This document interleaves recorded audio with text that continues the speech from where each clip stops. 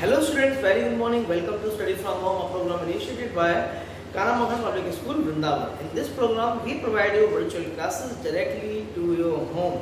ठीक है? So without wasting time, without discussing more, I would like to directly focus you on our chapter 7th, directing. Directing में अब तक हम पढ़ चुके हैं meaning, functions, features and importance of directing. And yesterday we started with the components of directing. हमने कल जो कंपोनेंट स्टडी किए थे डायरेक्टिंग के, एक बार मैं आपको इन्फॉर्म कर दूं कौन कौन से कंपोनेंट्स होते हैं डायरेक्टिंग में. The very first component of directing is the supervision. Supervision चल रहा है आपका. सुपरवाइजिंग से means guiding your employ towards the work and after that comes the motivation. How motivation help in the process of directing. And third leadership.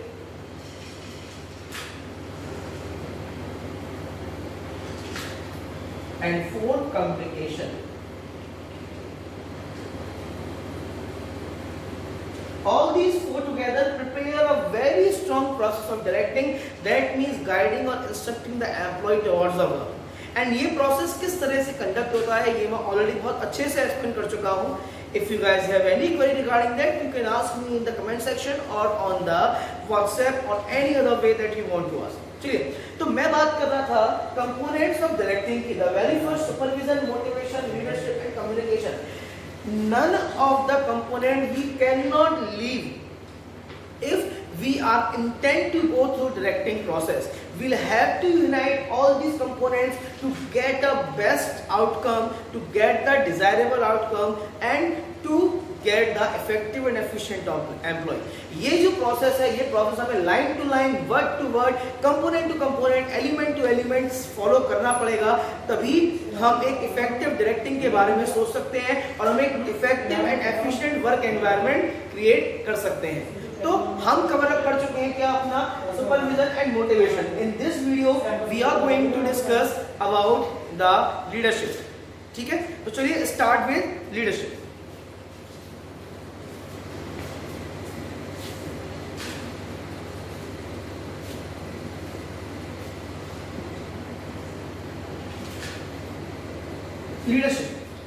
Leadership है क्या?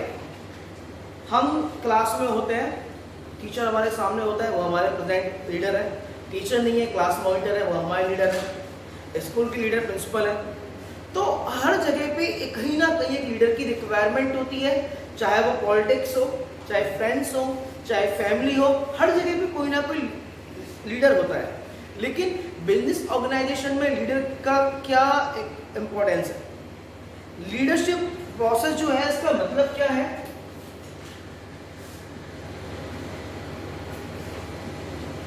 Influencing the behavior of people towards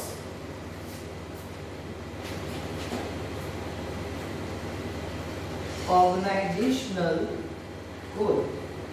देखिए, business organisation और management की मैं बात करूं, these are goal oriented process. यानी कि without having the goal in our mind, we cannot think about the perfect management and the business organization. जिस दिन हम मैनेजमेंट की एक्टिविटी शुरू कर रहे हैं, जिस दिन हम बिजनेस ऑर्गेनाइजेशन शुरू कर रहे हैं, हमारे माइंड में ऑब्जेक्टिव आ जाता है कि हम कहाँ हैं, हमें कहाँ पहुँचना है. और ये सारा का सारा फंक्शन, सारा का सारा मैनेजमेंट केवल और केवल उस ऑब्जेक्टिव को पाने के लिए किया जाता है. Whether the supervision, whether the motivation, whether the leadership. और लीडरशिप एक बहुत ही इंपॉर्टेंट रोल प्ले करता है in terms of influencing the behaviour of your employee. अब how leadership can impact the behaviour of your employee. देखिए, leader जिस तरीके से अपने एम्प्लॉयज को गाइड करेगा, एम्प्लॉय उसी तरह मुड़ते चले जाएंगे, बिकॉज आप उनके लीडर हैं. ठीक है, यही कहती है लीडरशिप की डेफिनेशन क्या? इन्फ्लुएंसिंग द बिहेवियर, यानी कि बिहेवियर पे असर डालना, प्रभाव डालना. किसके? पीपल, जो भी एम्प्लॉय आपके नीचे हैं या आपको फॉलो कर रहे हैं. ठीक है, टुवर्ड्स द ऑर्गेनाइजेशनल गोल. अब यहाँ पे जो आपका इन्फ्लुएंस है उनकी लाइफ के लिए नहीं, यहाँ पे आपका इन्फ्लुएंस उनको 12th पास करने के लिए नहीं, यहाँ पे आपका इन्फ्लुएंस केवल और केवल एक चीज के लिए लिए रहता है वो है achieving the organisation objective, because ultimately if you guys are working in the business you work only for sole objective, that is the organisation objective. अगर ऑर्गेनाइजेशन अपने ऑब्जेक्टिव कंप्लीट कर पा रहा है तभी आप अपने पर्सनल ऑब्जेक्टिव कंप्लीट कर पाएंगे, लेकिन अगर ऑर्गेनाइजेशन अपने ऑब्जेक्टिव कंप्लीट नहीं कर पा रहा है तो इवन आप सोच भी नहीं सकते कि आप अपने पर्सनल ऑब्जेक्टिव कंप्लीट कर सकते हैं।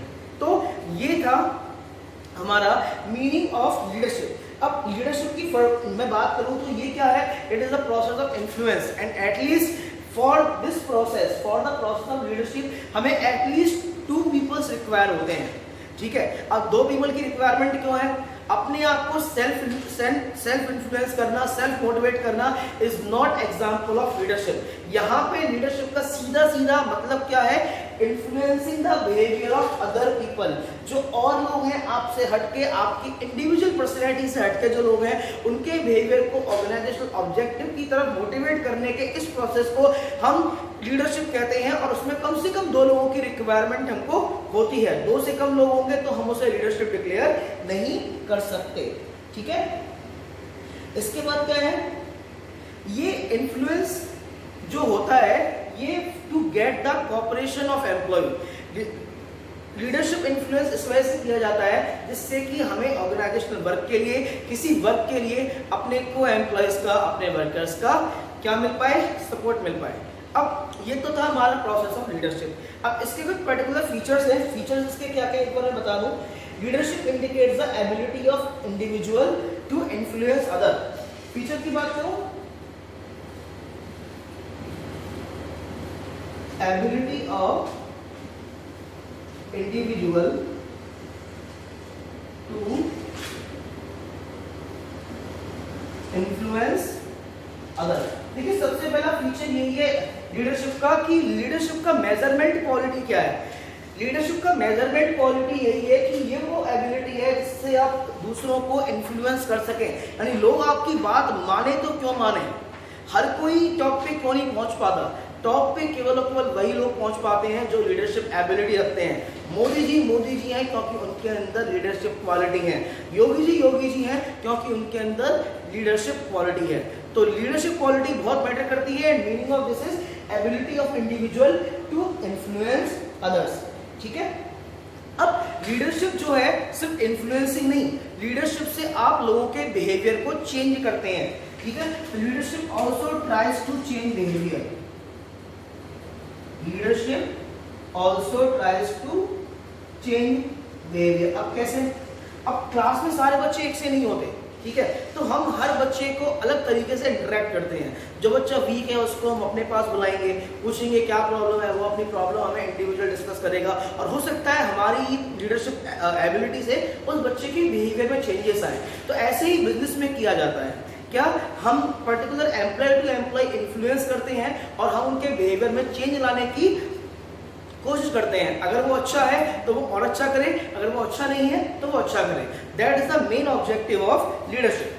थर्ड वन की बात करें, leadership shows interpersonal relationship between superior subordinate. देखिए इंटरपर्सनल रिलेशनशिप बिजनेस में होना बहुत ज्यादा जरूरी है। Third one is interpersonal relationship.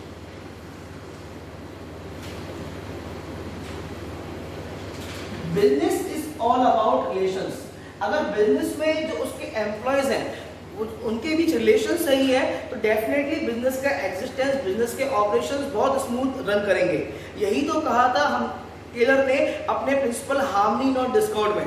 Business actually 2 and में डिवाइडेड रहता है, मैनेजमेंट एंड इट्स एम्प्लॉय, ठीक है। और इन दोनों को हार्मनी के साथ चलना चाहिए, ना कि किसी डिस्कॉर्ड, यानी कि इनके बीच में मनमुटाव, भेदभाव, इस तरह की फीलिंग नहीं आनी चाहिए। एक साथ हैप्पीली हार्मनी के साथ इनको काम करना चाहिए और ये प्रोसेस तब होगा जब आपके पास लीडरशिप कैपेबिलिटी अच्छी है। So that is the third feature of leadership, ठीक है। फोर्थ क्या है, कॉमन गोल। देखिए गोल के बारे में मैं यहाँ पे बात कर चुका हूँ। मैंने आपको बताया कि गोल ultimately whatever we are doing for one goal and that goal is the organizational goal. हमें सोशल गोल, पर्सनल गोल, इन सबको साइड में रख के केवल हम किसी ऑर्गेनाइजेशन में है तो हमें ब्लाइंडली उस ऑर्गेनाइजेशनल गोल को फॉलो करना है for the good of organisation and for the good of us, ठीक है। Fifth one is leadership is a continuous process. Management के सभी प्रोसेस की तरह, बिजनेस ऑपरेशंस की तरह जो आपका लीडरशिप है ये भी एक कंटिन्यूअस प्रोसेस है। यानी ऐसा नहीं आपने आज ये प्रोसेस कंप्लीट किया उसके बाद आप इसको भूल गए, ठीक है, कि अगले साल देखेंगे, नहीं, ये एक ऐसा प्रोसेस है जो कि कंटिन्यूअस डे बाय डे चलता रहता है और हर दिन इसमें एनहेंसमेंट की रिक्वायरमेंट पड़ती है। बिकॉज आपका बिजनेस ऑपरेशन तो डेली चल रहा है, एम्प्लॉय रोज आ रहा है, काम रोज हो रहा है, प्रोडक्शन रोज हो रहा है, ऑपरेशन रोज हो रहे हैं, तो इस वजह से leadership is also a continuous process. तो ये था लीडरशिप प्रोसेस के बारे में। इसके बाद हम देख लेते हैं हम style of leadership. Style of leadership. Style of leadership का मतलब क्या है पहले मैं आपको बता दूं। जैसा कि मैंने आपको पिछले वीडियो में ये बताया था कि बिजनेस ऑर्गेनाइजेशन आपका 2 पार्ट में डिवाइडेड रहता है। एक पार्ट आपका जो सुपीरियर पार्ट है और एक पार्ट आपका सबऑर्डिनेट पार्ट है। सुपीरियर को हम लीडर कह सकते हैं। तो लीडर किस तरह के माइंडसेट को फॉलो करता है, लीडर पावर शेयरिंग के किस मेथड को फॉलो करता है, इसी को हम स्टडी करेंगे under the head of style of leadership. और स्टाइल ऑफ लीडरशिप को हम कैटेगराइज करते हैं 3 पार्ट्स में। कौन कौन से पार्ट है उनको देख लेते हैं एक बार हम। सबसे पहला जो पार्ट है वो है ऑटोक्रेटिक। ऑटोक्रेटिक लीडरशिप, सबसे पहला जो पार्ट है वो है ऑटोक्रेटिक लीडरशिप। जो ऑटोक्रेटिक लीडरशिप को डिफाइन करने के लिए मेरे पास एक छोटा सा वर्ड है, उसी से आपको ऑटोक्रेटिक लीडरशिप आपको समझ में आ जाएगा। और वो छोटा सा वर्ड है क्या, सेंट्रलाइजेशन। Centralisation of power. इस सेंट्रलाइजेशन ऑफ पावर से मैं पूरे ऑटोक्रेटिक लीडरशिप को क्या कर सकता हूं, डिफाइन कर सकता हूं। ठीक है, देखिए सेंट्रलाइजेशन ऑफ पावर में क्या होता था कि जो अथॉरिटी है वो केवल सुपीरियर के हैंड्स में होती थी, सबऑर्डिनेट के हैंड्स में अथॉरिटी नहीं होती थी। ठीक है, ये था मेरा first style of leadership, autocratic leadership. इसके बाद सेकंड स्टाइल ऑफ लीडरशिप की मैं बात करूं वो होगा आपका participative leadership. Participative leadership. Participative leadership की बात करूं तो इसको पार्टिसिपेटिव लीडरशिप को हम डेमोक्रेटिक लीडरशिप भी बोलते हैं। ठीक है, अब इसको भी एक्सप्लेन करने के लिए मेरे पास एक छोटा सा वर्ड है, वो है मेरा वर्ड क्या, डिसेंट्रलाइजेशन। ऑटोक्रेटिक को मैंने एक्सप्लेन किया वर्ड सेंट्रलाइजेशन की हेल्प से, एंड पार्टिसिपेटिव को मैंने एक्सप्लेन किया डिसेंट्रलाइजेशन की हेल्प से। इसके बाद जो थर्ड स्टाइल है हमारा वो है आपका free rein leadership.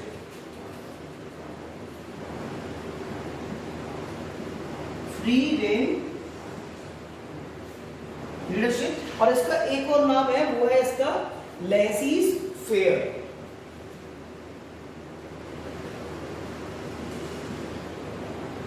Lessee's faire leadership. ठीक है, इसको मैं एक्सप्लेन करूंगा इंडिविजुअली।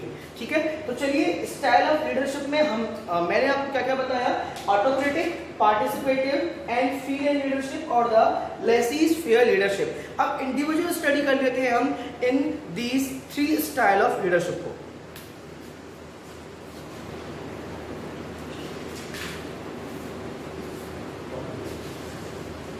देखिए स्टाइल ऑफ लीडरशिप में जो सबसे इंपॉर्टेंट पार्ट होता है वो होता है इसका रे डायग्राम। सबसे पहले मैं लेता हूं ऑटोक्रेटिक लीडरशिप। हमेशा जब भी आपसे अगर एग्जाम में लीडरशिप से क्वेश्चन पूछा जाता है और आपको इंडिविजुअल आंसर देना है among the style of leadership, तो डेफिनेटली आपको डायग्राम ड्रॉ करना ही पड़ेगा। मैं ड्रॉ करता हूं सबसे पहले ऑटोक्रेटिक लीडरशिप का, एंड ऑटोक्रेटिक लीडरशिप के लिए जो वर्ड मैंने यहाँ पे लिखा था वो था word of centralisation. Autocratic leadership को डिफाइन करने का एक सबसे अच्छा वर्ड यही है। एक्चुअली ऑटोक्रेटिक लीडरशिप में आप एक तरह से ये समझ लो लीडरशिप ऑफ डिक्टेटरशिप, यानी कि यहाँ पे सारी की सारी अथॉरिटी लीडर के हाथ में कंसंट्रेटेड रहती है। सबऑर्डिनेट को डिसीजन मेकिंग का कोई भी राइट नहीं होता। जो भी सुपीरियर या लीडर डिसीजन लेता है वो डिसीजन हर सबऑर्डिनेट को एक्सेप्टेबल करने पड़ते हैं फॉर द कंपल्शन। ठीक है, इसके डायग्राम की बात करूं तो टॉप में से बैठा होता है आपका लीडर,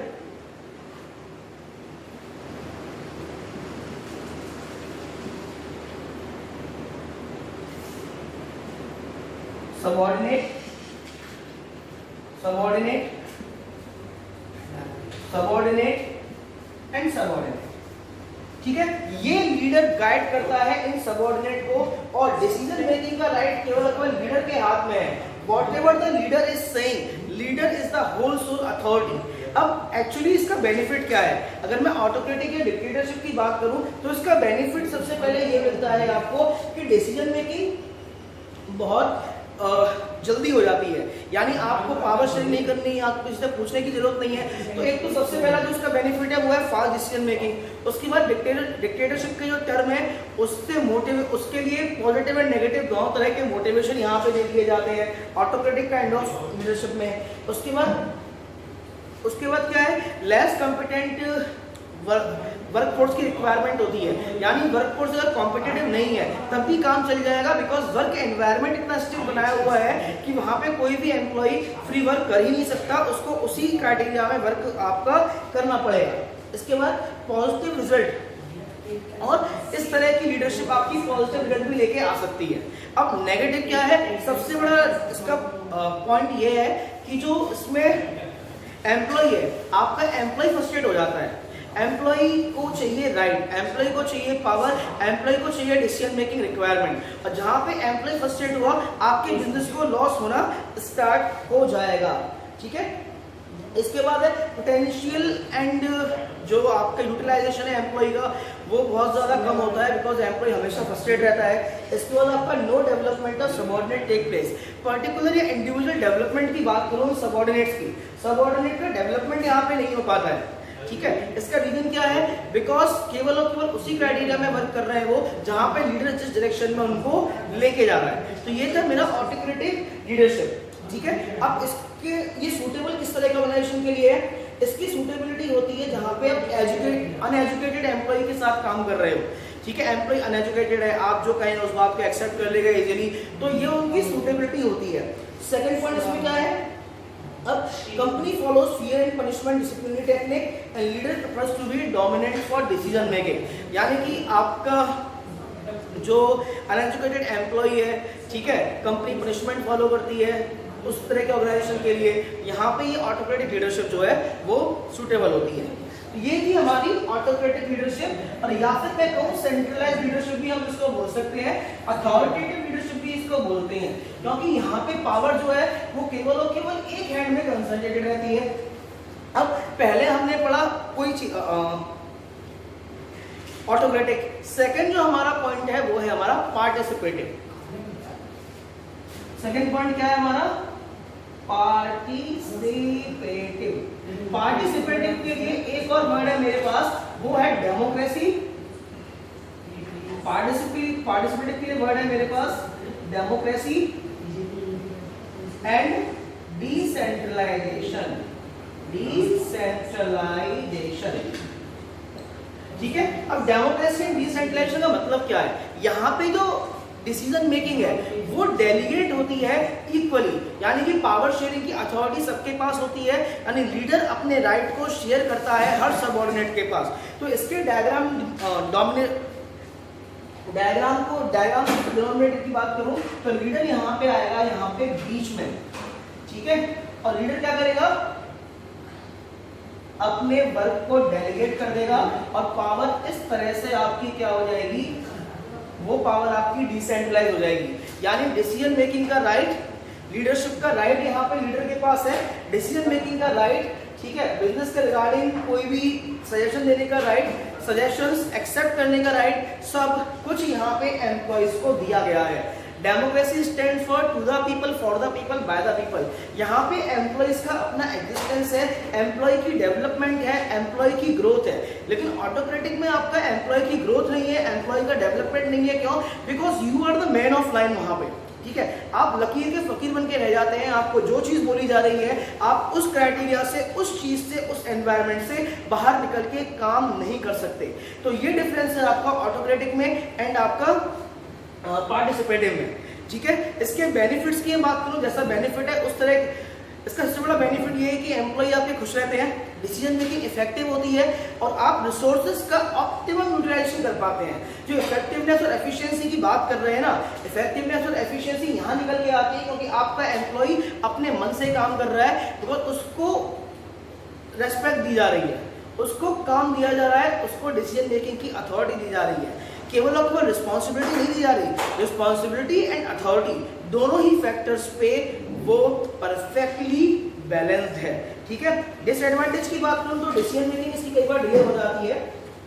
ठीक है, और कभी कभी पॉजिटिव रिजल्ट भी नहीं आते और जो लीडर और सबऑर्डिनेट है उनके बीच के कम्युनिकेशन पे भी इस चीज से इफेक्ट पड़ता है। अब किस तरह के ऑर्गेनाइजेशन के लिए सूटेबल है आपके ये पार्टिसिपेटिव लीडरशिप? ये मोस्टली उन ऑर्गेनाइजेशन के लिए सूटेबल है जो एम्प्लॉय बेनिफिट को अपने ऑर्गेनाइजेशन ऑब्जेक्टिव से पहले रखती हैं, जो पर्सनल ऑब्जेक्टिव के लिए काम कर रही हैं, जो आपका सिर्फ प्रॉफिट के लिए काम नहीं कर रही बल्कि एम्प्लॉय एंड पर्सनल बेनिफिट के लिए भी काम करना उनका एक मेजर ऑब्जेक्टिव है। ठीक है, और जब लीडर क्या है, जो डिसीजन है वो सबऑर्डिनेट के साथ शेयर करना चाहता है। तो ये था हमारा पार्टिसिपेटिव और डेमोक्रेटिक लीडरशिप। इसके बाद जो है हमारा वो ध्यान से देखेंगे,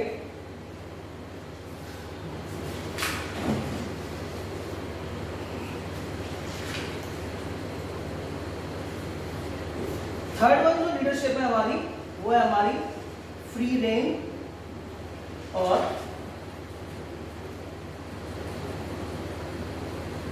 लेजीज फेयर लीडरशिप।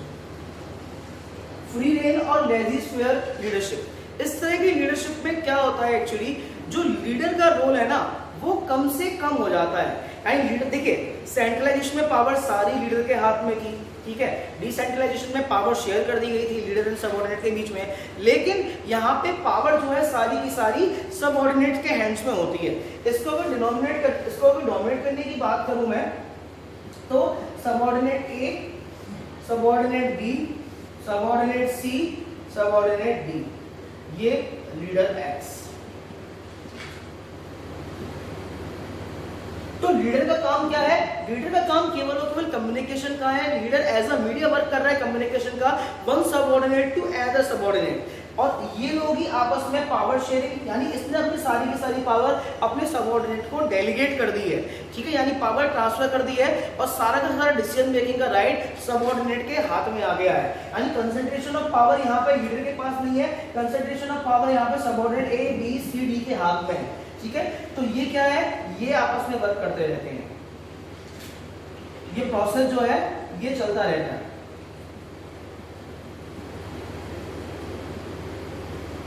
ये प्रोसेस इस तरह से चलता रहता है और मिस्टर एक्स यहाँ पे केवल अपने लीडर काम कर रहे हैं, कैसे? As a communicator, communication transfer करना।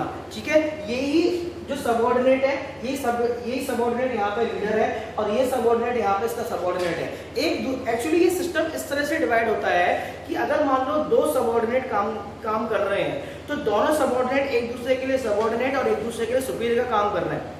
ये है आपका meaning of free rein laissez faire kind of leadership. एक बार और बोलूंगा कि यहाँ पे जो पावर है, पावर का कंसंट्रेशन यानी कि डिसीजन मेकिंग राइट का कंसंट्रेशन आपके सबऑर्डिनेट के पास होता है। यहाँ पे जो लीडर है वो एज अ कम्युनिकेटर का काम करता है, और अगर यहाँ पे कोई दो सबऑर्डिनेट है, दोनों सबऑर्डिनेट यहाँ पे as a subordinate and as a leader का काम कर रहे हैं। यानी कि मैं केवल और केवल कंसीडर करूँ ए एंड बी को, तो जब कोई काम था तो ए लीडर बन गया, बी सबऑर्डिनेट बन गया, और अगर किसी काम के लिए बी आपका सुपीरियर लीडर बन गया और ए आपका सबऑर्डिनेट बन गया। यहाँ पे कैटेगराइजेशन है ही नहीं, यहाँ पे पावर डिसीजन मेकिंग सब कुछ सबऑर्डिनेट के हाथ में होता है।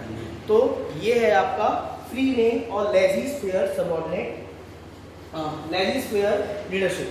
ठीक है, इसके बाद जो एडवांटेज है इसके, एडवांटेज ये है कि जो जॉब पॉजिटिव इफेक्ट बहुत देखने मिलते हैं इसके, बिकॉज एम्प्लॉयज को अपने स्किल्स को एनहेंस करने का, दिखाने का मौका यहाँ पे मिलता है। ठीक है, maximum scope of development of subordinate का डेवलपमेंट बहुत पॉजिटिवली होता है, बहुत अच्छे से होता है इन तरह के केसेस में। उसके बाद रिसोर्सेज का यूज पूरा हो पाता है, बिकॉज यहाँ पे जो सबऑर्डिनेट है वो अपनी अंडरस्टैंडिंग के साथ काम कर रहा है, अपनी रिस्पॉन्सिबिलिटी के साथ काम कर रहा है। लेकिन ऑटोक्रेटिक में क्या था, ऑटोक्रेटिक में वहां पे जो लीडर ने बोल दिया he is the all in all, in that case, in the case of autocratic, ठीक है।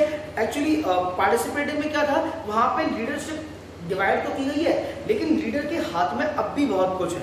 यहाँ पे लीडर के हाथ में केवल और केवल रिसोर्सेज को ऑर्गेनाइज करना है, ठीक है। वो आपके रिसोर्सेज को ऑर्गेनाइज करेगा, आपको इंफॉर्मेशन देगा, लेकिन सारा काम अपने एंड से आप लोगों को टीम वर्क के साथ फिनिश करना है, ठीक है। अब इससे क्या है, एम्प्लॉय अपने फुल पोटेंशियल के साथ काम कर पाते हैं, बिकॉज वो अपनी रिस्पॉन्सिबिलिटी समझ जाते हैं। डिसएडवांटेज क्या है, डिसएडवांटेजेस ये हैं कि जो लीडर है उसका गाइडेंस एंड सपोर्ट नहीं मिल पाता, कम्युनिकेशन नहीं हो पाता प्रॉपर, एंड ये क्या है, लीडर के कंट्रीब्यूशन को इग्नोर कर देता है। हर तरह के लीडरशिप में लीडर की अपनी एक छवि होती है, यहाँ पे लीडर का कंट्रीब्यूशन इग्नोर कर दिया जाता है, ठीक है। और कभी कभी जो सुपीरियर है, अभी तो मैंने एक आइडियल सिचुएशन बनाई जहाँ पे ये लोग एक ही डायरेक्शन में काम कर रहे हैं, कभी कभी ये लोग लीडरशिप प्रॉपर नहीं होने की वजह से डिफरेंट डायरेक्शन में काम करना स्टार्ट कर देते हैं, जिससे कि बिजनेस में एक कैओस की कंडीशन भी बन सकती है। सूटेबिलिटी की बात करूं तो सूटेबिलिटी उस तरह के ऑर्गेनाइजेशन के लिए है जहां पे सबऑर्डिनेट आपके वेल ट्रेंड एंड नॉलेजेबल हो। देखिए ऑटोक्रेटिक में आपका जो एम्प्लॉय है वो अनएजुकेटेड होगा तभी काम हो पाएगा, लेकिन जो आपका फ्री रेंज और लेजी स्फीयर है, यहाँ पे आपका एम्प्लॉय बहुत ही हाईली एजुकेटेड एंड रिस्पॉन्सिबल होना चाहिए, जो खुद की जिम्मेदारी को समझे, तभी उस पर भरोसा किया जा सकता है इस तरह के लीडरशिप डिजाइन को फॉलो करने के लिए। उसके अलावा employ must be self motivated, ठीक है। तो ये थे हमारे थ्री स्टाइल ऑफ लीडरशिप। इसी के साथ लीडरशिप हमारा फिनिश होता है। स्लाइड के वीडियो में हम जानेंगे difference between the autocratic, participative and free range और लेजी स्फीयर लीडरशिप। बस आपको एक चीज ध्यान रखनी है, इन तीनों में एक छोटा सा डायग्राम मैं बनाता हूं कि मैं बात करूं यहाँ पे ए हमारा लीडर है और बी हमारा सबऑर्डिनेट है, ठीक है। तो पावर की मैं बात करूं, यहाँ पे जो पावर का कंसंट्रेशन है वो केवल और केवल लीडर के हाथ में है, ये हमारा होगा क्या, ऑटोक्रेटिक, पहला पार्ट। सेकंड पार्ट की मैं बात करूं, पार्टिसिपेटिव की मैं बात करूं, ठीक है। तो उस केस में क्या है, ये ए हमारा लीडर अगेन, बी हमारा सबऑर्डिनेट। यहाँ पे जो पावर का जो डिस्ट्रीब्यूशन है वो इक्वल है, यानी दोनों के पास पावर है। जो शेडेड रीजन में आपको दिखा रहा हूँ ना बोर्ड पे, ये मैं पावर को डिनोमिनेट कर रहा हूँ उससे, ठीक है। जो थर्ड मेरा पॉइंट है वो क्या है, फ्री रेंज और लेजी स्फीयर का। तो उसमें क्या है, ये ए अगेन हमारा लीडर है, बी हमारा सबऑर्डिनेट है, यहाँ पे जो पावर है वो आपकी सबऑर्डिनेट के हाथ में है। तो ये तीन सिचुएशन है हमारी autocratic, participative and free range lazy sphere leadership की। इसके बाद हम जानेंगे difference among all these three styles of leadership and the communication. Thank you, students. Hello, students. In this slide, the difference between the authoritative, democratic, and lazy sphere style is given. ठीक है, और उसका जो criteria है, criteria मैं बताऊँ किन किन क्राइटेरिया पे किन किन पॉइंट्स पर उसको डिस्कस किया गया है। Decision making, communication, motivation technique, delegation of authority, focus, role of leader, growth and development of employ and discipline, ठीक है। प्लीज़ इनको एक बार बहुत अच्छे से इनको देखिएगा, ठीक है, क्योंकि मैं ऑलरेडी एक्सप्लेन कर चुका हूँ। और अगर क्वेरी है तो क्वेरी आप एक बार उसको रीड करेंगे, उसके बाद लेके आएंगे इसमें से क्वेरी अपनी, ठीक है। मैं एक कुछ पॉइंट्स इसमें से डिस्कस कर देता हूँ। डिसीजन मेकिंग के पॉइंट पे अगर बात करें तो अथॉरिटेटिव में क्या है, only leader can make the decision, ठीक है। डेमोक्रेटिक में leader make the decision in consultation with the subordinate, यानी कि जो आपका डेमोक्रेटिक है वहाँ पे लीडर डिसीजन लेता है लेकिन सजेशंस के साथ, और लेजी स्फीयर में सबऑर्डिनेट टेक्स द डिसीजन, ठीक है।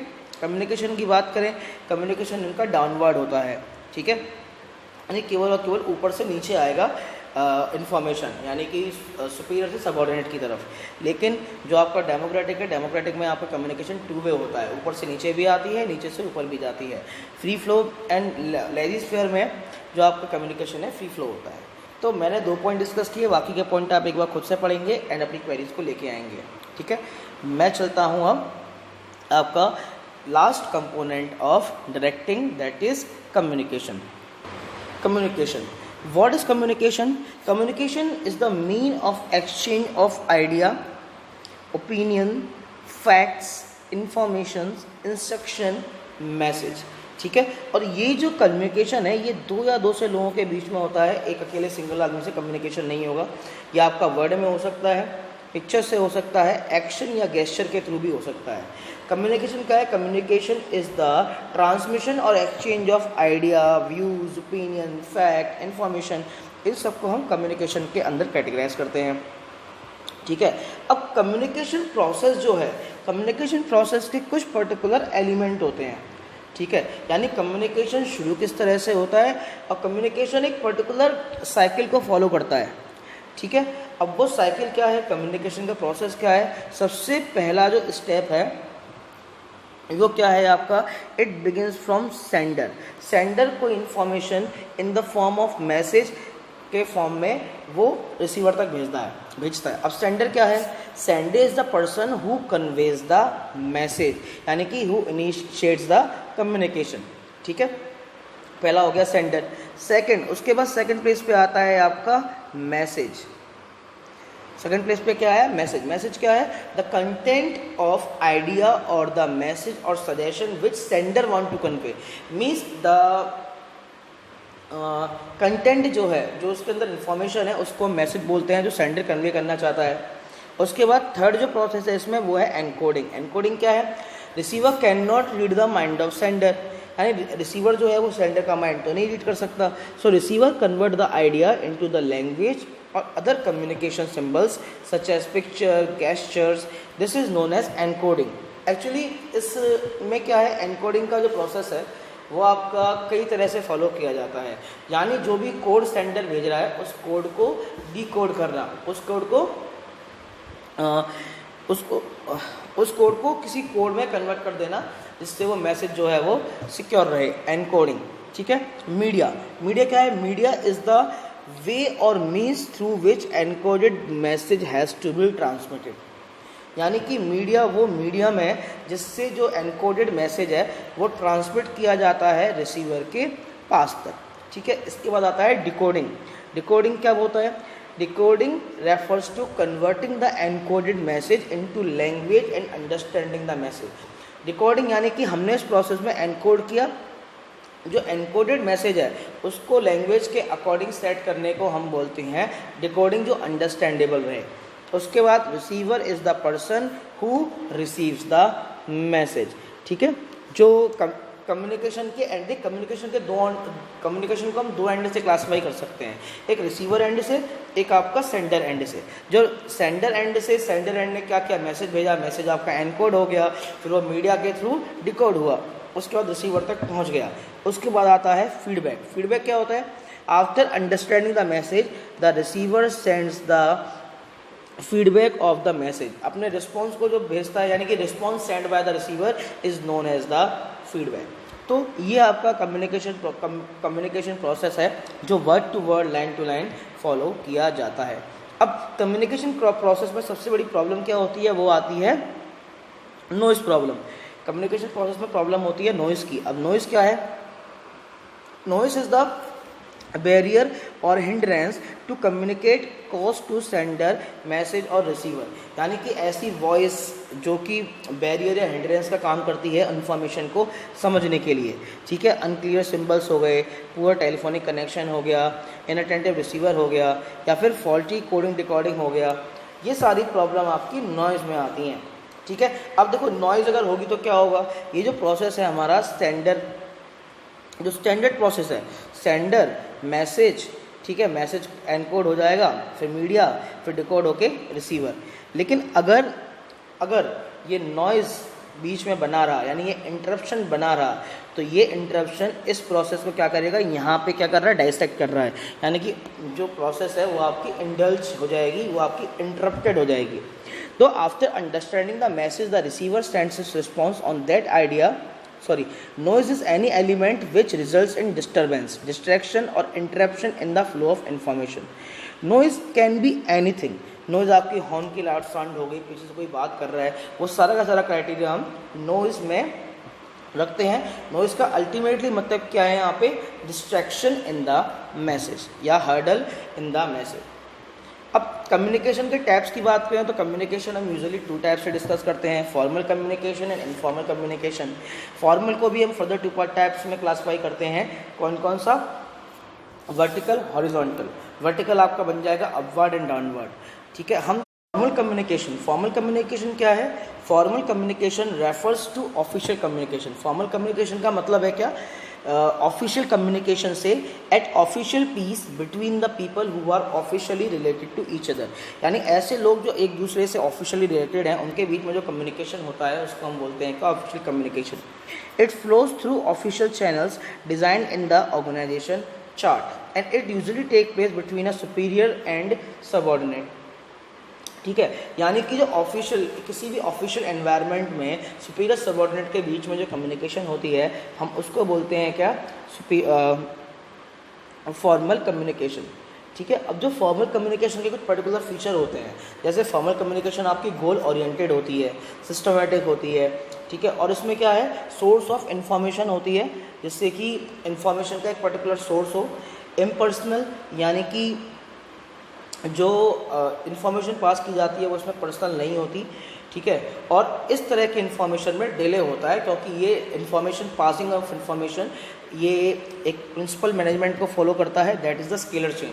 क्योंकि जो ऑफिशियल इन्फॉर्मेशन है वो प्रोसेस के थ्रू ही ट्रांसमिट होती है, यानी कि सबसे पहले अगर सबऑर्डिनेट से सुपीरियर तक जा रही है, सबऑर्डिनेट के पास जाएगी, फिर उसके सुपीरियर के पास जाएगी, फिर उसके सुपीरियर के पास जाएगी, तो ऐसे करके ये इन्फॉर्मेशन जो है वो टॉप तक पहुँचती है, ठीक है। अब जो आपकी फॉर्मल कम्युनिकेशन के टाइप हैं वो आपके वर्टिकल, हॉरिजॉन्टल होते हैं। वर्टिकल के भी 2 पार्ट हैं हमारे, upward communication and downward communication. Upward communication क्या कहता है, communication from subordinate to superior, यानी कि जब एक लोअर लेवल वाला एम्प्लॉय अपर लेवल वाले से कम्युनिकेट करता है तो ये होता है आपका अपवर्ड कम्युनिकेशन। इसी को हम बोलते हैं क्या, वर्टिकल, बिकॉज आपको पता है वर्टिकल एंड हॉरिजॉन्टल का मतलब क्या होता है, ठीक है। देख लेते हैं एक बार। It refer to flow of communication from subordinate to superior, जैसे कि ग्रांट के लिए रिक्वेस्ट कर सकते हैं, ठीक है। सबऑर्डिनेट एप्लीकेशन अपनी प्रॉब्लम के लिए एप्लीकेशन दे सकता है, प्रोग्रेस रिपोर्ट की इन्फॉर्मेशन दे सकता है। ये सारी की सारी चीज़ें आपकी अपवर्ड कम्युनिकेशन में आती है, जहाँ पे जो एम्प्लॉय जो है वो अपने बॉस से कांटेक्ट करने की कोशिश करता है, ठीक है। डाउनवर्ड कम्युनिकेशन क्या होता है, डाउनवर्ड कम्युनिकेशन आपका रेफर करता है from superior to subordinate. Exact उल्टा हो गया, अपवर्ड कम्युनिकेशन कांटेक्ट कर रहा था सबऑर्डिनेट टू सुपीरियर, लेकिन डाउनवर्ड कर रहा है क्या, it refer to flow of communication from a superior to subordinate. जैसे मीटिंग के लिए नोटिस हो गया, वर्क कंप्लीशन की असाइनमेंट देना था वो देना हो गया, गाइडलाइंस देनी हो गई, ये सारे के सारे एग्जाम्पल हैं यहाँ पे किसके, डाउनवर्ड कम्युनिकेशन की, ठीक है। बस एक चीज़ ध्यान रखनी है, upward communication subordinate to superior, downward communication superior to subordinate. इसके बाद आपका हॉरिजॉन्टल आपका आता है, जो कि आपका फॉर्मल कम्युनिकेशन का ही एग्जाम्पल है। फॉर्मल एक्चुअली हॉरिजॉन्टल जो आपका होता है, हॉरिजॉन्टल कम्युनिकेशन होता है, ये आपका एक डिवीज़न, ये आपका डिविजनल चलता है, ठीक है। अब डिविजनल कैसे चलता है कि जैसे प्रोडक्शन वाले ने मार्केटिंग मैनेजर से बात की, ठीक है, दोनों सेम ही लेवल पे थे, तो वो आपका हॉरिजॉन्टल है। इसमें क्या है, प्रोडक्ट की शेड्यूलिंग के बारे में, डिलीवरी के बारे में, ये सारी की सारी इन्फॉर्मेशन होती है। और यूजुअली गॉसिपिंग वगैरह भी आपकी इसी तरह के हॉरिजॉन्टल कम्युनिकेशन का पार्ट होती है। अब इसके साथ एक और आपका टाइप ऑफ कम्युनिकेशन होता है, वो है डायगोनल कम्युनिकेशन, ठीक है। अब डायगोनल कम्युनिकेशन क्या होता है, डायगोनल कम्युनिकेशन यहाँ पे नहीं दिया हुआ है। Diagonal communication is a flow of information between the persons working in different department and holding different level of authority, ठीक है। यानी डायगोनल कम्युनिकेशन क्या है, ये फ्लो ऑफ इंफॉर्मेशन है, यानी ऐसे लोग जो डिफरेंट लेवल पे काम कर रहे हैं और डिफरेंट लेवल की अथॉरिटी से कांटेक्ट कर रहे हैं। अब एग्जाम्पल क्या है, जैसे सेल्समैन क्या है, वो प्रोडक्शन मैनेजर से रिक्वेस्ट कर सकता है कि प्रोडक्ट में कुछ इम्प्रूवमेंट की रिक्वायरमेंट है as per the customer need. यानी कस्टमर की कोई कंप्लेन आई तो सेल्समैन जाकर के सीधा प्रोडक्शन मैनेजर से कंप्लेंट डाल सकता है, रिक्वेस्ट कर सकता है। Diagonal communication prevent delay in flow of information. Actually diagonal communication का फ़ायदा ये है कि जो डिले होता है ना आपका फॉर्मल इन्फॉर्मेशन से, जो आपका डिले होता है आपका अपवर्ड और डाउनवर्ड से, वो सिचुएशन आपकी डायगोनल में नहीं आती, लेकिन ये मोस्टली इमरजेंसी के केसेस में ही यूज़ किए जाते हैं। ठीक है, इसके बाद आता है हमारा इनफॉर्मल कम्युनिकेशन। इनफॉर्मल कम्युनिकेशन क्या होता है? इनफॉर्मल कम्युनिकेशन के बारे में बता दूं मैं आपको। Informal communication is the communication between different member of organisation who are not officially attached to each other is known as informal communication। एक बार ध्यान से सुनेंगे, informal communication between different member of organization who are not officially attached to each other। यानी कि ऐसे employ जो कि एक साथ ऑफिशियली अटैच नहीं है तब भी उनके बीच कम्युनिकेशन हो रहा है किसी ऑर्गेनाइजेशन में, तो हम उसे बोलेंगे क्या? Informal communication. ठीक है, जैसे कि सोशल इंटरेक्शन हो गए, फ्रेंडली टॉक्स हो गई, नॉन ऑफिशियल मैटर्स हो गए, पॉलिटिक्स की चर्चा कर रहे हैं ऑफिस में बैठ के, तो ये सब आपका इनफॉर्मल कम्युनिकेशन की एग्जांपल्स होते हैं। ठीक है, सो इसका कोई फिक्स्ड डायरेक्शन या पाथ नहीं होता, इसके बहुत सारे चैनल्स होते हैं, तरीके होते हैं, इसमें गॉसिपिंग आ जाती है, इसमें यहाँ वहाँ की बातें आ जाती हैं, ये सारे के सारे इनफॉर्मल कम्युनिकेशन का पार्ट होते हैं। ठीक है, अब जो इसका जो मेन बेनिफिट रहता है ये एक्चुअली साइकोलॉजिकल सेटिस्फैक्शन के लिए की जाती है, और इस तरह की कम्युनिकेशन बहुत ज़्यादा फास्ट होती है, बिकॉज गॉसिप हमेशा फास्ट होती हैं, और र्यूमर्स के लिए बहुत ज़्यादा यूज़ होती हैं, और इससे क्या है बिजनेस की कॉन्फिडेंशियल इन्फॉर्मेशन भी लीक हो सकती हैं। ठीक है, अब डिफरेंस की बात करूं मैं, डिफरेंस आपका है इनफॉर्मल एंड फॉर्मल कम्युनिकेशन के बीच, वो है क्या कि channel follows formal communication follows through formal और एस्टेब्लिश लाइन ऑफ कमांड। यानी स्केलर चेन में जो लाइन ऑफ कमांड होती है ये उस पर्टिकुलर लाइन ऑफ कमांड को फॉलो करता है, और ये आपकी इनफॉर्मल रिलेशनशिप बेस होती है। एक्सप्रेशन जो आपकी फॉर्मल कम्युनिकेशन मोस्टली रिटन या मेल फॉर्म में होती है, लेकिन इनफॉर्मल कम्युनिकेशन आपकी मोस्टली ओरल या गेस्चरल फॉर्म में चलती है। स्पीड, फॉर्मल कम्युनिकेशन की जो स्पीड है वो लाइन ऑफ कमांड होने की वजह से स्लो होती है, लेकिन इनफॉर्मल कम्युनिकेशन में कोई लेवल नहीं होता, कोई फ्लो नहीं होता, तो ये बहुत ज़्यादा फास्ट होती है। रेफरेंस की बात करें तो फॉर्मल कम्युनिकेशन के रिकॉर्ड मेंटेन होते हैं लेटर्स के फॉर्म में, नोटिस के फॉर्म में, सर्कुलर्स के फॉर्म में, लेकिन इनफॉर्मल कम्युनिकेशन में किसी तरह का कोई भी रिकॉर्ड जो है वो मेंटेन नहीं होता है। फिक्सेशन ऑफ रिस्पॉन्सिबिलिटी, हम फॉर्मल कम्युनिकेशन में जिसने कम्युनिकेशन किया है उसकी रिस्पॉन्सिबिलिटी उस पर बना सकते हैं, लेकिन हम इनफॉर्मल के लिए किसी को भी रिस्पॉन्सिबल नहीं ठहरा सकते। र्यूमर्स, फॉर्मल कम्युनिकेशन में र्यूमर्स नहीं होती, इनफॉर्मल कम्युनिकेशन में र्यूमर्स होती हैं, और फॉर्मल कम्युनिकेशन प्लान होती हैं एंड इनफॉर्मल कम्युनिकेशन जो है वो प्लान नहीं होती। एक्चुअली इनफॉर्मल कम्युनिकेशन का भी स्ट्रेटजिक यूज़ किया जा सकता है। ठीक है, जैसे कि the managers can fill up communication gap if there is information through informal communication. यानी अगर कोई प्रॉब्लम आ रही है, कोई र्यूमर हो रहा है, तो मैनेजर भी खुद एकदम से इनफॉर्मल कम्युनिकेट करके उस र्यूमर को फिलअप कर सकता है। ठीक है, और अगर कोई अर्जेंट मैटर कम्युनिकेट करना है तो उस केस में इनफॉर्मल कम्युनिकेशन की हेल्प ली जा सकती है। तो ये था आपका फॉर्मल एंड इनफॉर्मल कम्युनिकेशन। ठीक है, इसी के साथ ये चैप्टर हमारा यहीं फिनिश होता है।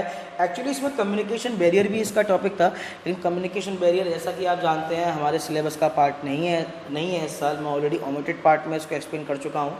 तो हम क्या करेंगे, हम देखेंगे case study of leadership. Communication में के बाद बुक में कोई केस स्टडी नहीं है। ठीक है, हम लीडरशिप की केस स्टडी देख लेते हैं एक बार। सबसे पहले हम देखते हैं एमसीक्यू क्या कहता है। The very first MCQ is which style of leadership does not believe in use of power unless it is absolutely essential। यानी कि ऐसा कौन सा टाइप ऑफ लीडरशिप है जो पावर पे बिलीव नहीं करता जब तक ज़रूरी नहीं हो। ठीक है, lazy is fair leadership, because यहाँ पे पावर ऑलरेडी सबऑर्डिनेट के हैंड्स में होता है। फोर्स का यूज़ यहाँ पे नहीं किया जाता, लेकिन आपका दोनों काइंड्स में फोर्स का यूज़ किया जा सकता है। सेकेंड जो है, in an organization employee always feel that they are under stress as the manager does not discuss anything with them but simply instruct them what to do। He never listen to any of the suggestions given by them, state the managers style of leadership. देखिए suggestion नहीं सुनता, stress में रहते हैं employees, ये सब आपका एक ही तरह का लीडरशिप डिनोट करते हैं, वो है ऑटोक्रेटिक लीडरशिप। ठीक है, चलिए इसके बाद देखते हैं case study number 3। Case study number 3 क्या कहती है? केस स्टडी नंबर 3 को एक बार स्टडी करेंगे, ध्यान रखेंगे, बहुत थोरोली स्टडी करेंगे, 1 to 1 वर्ड को हम समझने की कोशिश करेंगे, उसके बाद जानेंगे क्वेश्चंस के बारे में। Umang Gupta, the managing director of Denver limited, the company had established a good name for itself and had been doing well. It was known for timely उमंग गुप्ता हैं, MD हैं डेनवर के, उनकी कंपनी ने बहुत अच्छा नाम कमाया है और अच्छा कर रही है। It was known for timely completion of order sorry और ये जानी जाती है ऑर्डर को टाइम से कंप्लीट करने के लिए। The production manager, Mrs. Kanta, was efficiently handling the processing of order and had a team of 14 motivated employees working under her. यहाँ पे मिस कांता हैं जिनके अंदर 14 लोगों की टीम है और सारा काम अच्छे से चल रहा है। Unfortunately, she met with an accident. Umang knew that in absence of Miss Kanta, the company may not be able to meet the deadlines. यानी अगर कांता पे डिपेंड रहेंगे तो हम डेडलाइन पूरी नहीं कर पाएंगे, बिकॉज वो एक्सीडेंट हो चुका है उनका। ठीक है, he also knew that not meeting the deadlines में लीड टू कस्टमर डिससेटिस्फैक्शन, और अगर वो डेडलाइन टाइम पे पूरी नहीं कर पाते हैं तो इससे कस्टमर उनका डिससेटिस्फाई हो जाएगा।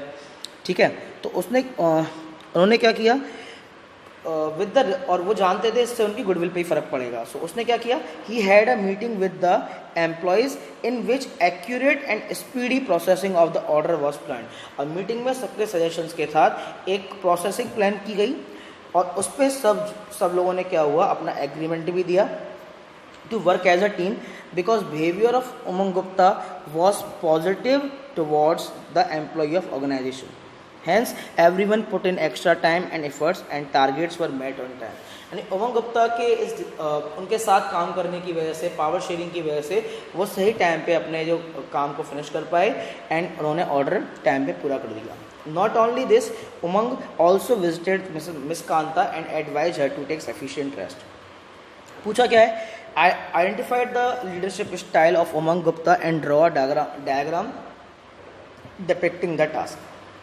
देखिए आप सबको पता है कि यहाँ पे पावर शेयरिंग की बात की गई है, बॉस अच्छा है, लीडरशिप अच्छी है, वो एम्प्लॉयज़ के साथ काम कर रहा है, उनके सजेशन इनवाइट कर रहा है, तो डेफिनेटली यहाँ पे जो लीडरशिप स्टाइल फॉलो होगी वो होगी आपकी पार्टिसिपेटिव लीडरशिप स्टाइल या डेमोक्रेटिक लीडरशिप स्टाइल। उसके डायग्राम की हम बात करूँ तो डायग्राम उसका कुछ इस तरह से बनता है, यहाँ आपका लीडर है, यहाँ सबॉर्डिनेट, यहाँ सबॉर्डिनेट, यहाँ सबॉर्डिनेट, यहाँ सबॉर्डिनेट, इन चारों एंड्स पे आप सबॉर्डिनेट बनाएंगे।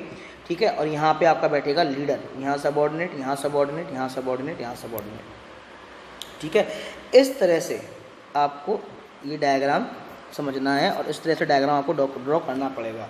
ठीक है, यानी कि ये सबके सपोर्ट को सब साथ लेते हुए, उनसे एडवाइस लेते हुए काम कर रहा है। ये है आपका पार्टिसिपेटिव लीडरशिप स्टाइल।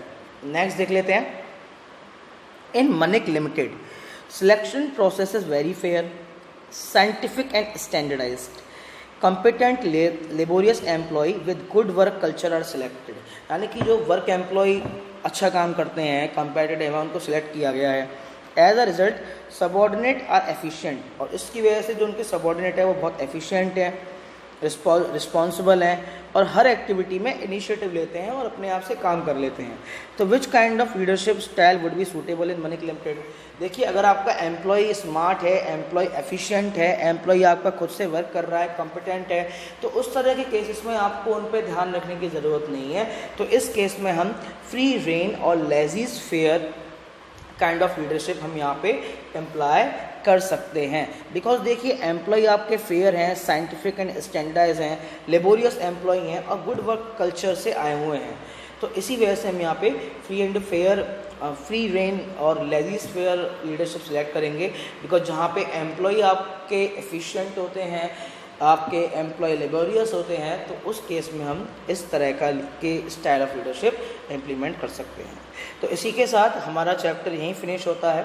ठीक है, नेक्स्ट चैप्टर हम स्टार्ट करेंगे कंट्रोलिंग। तब तक के लिए thank you students, have a very wonderful day, stay home, stay safe.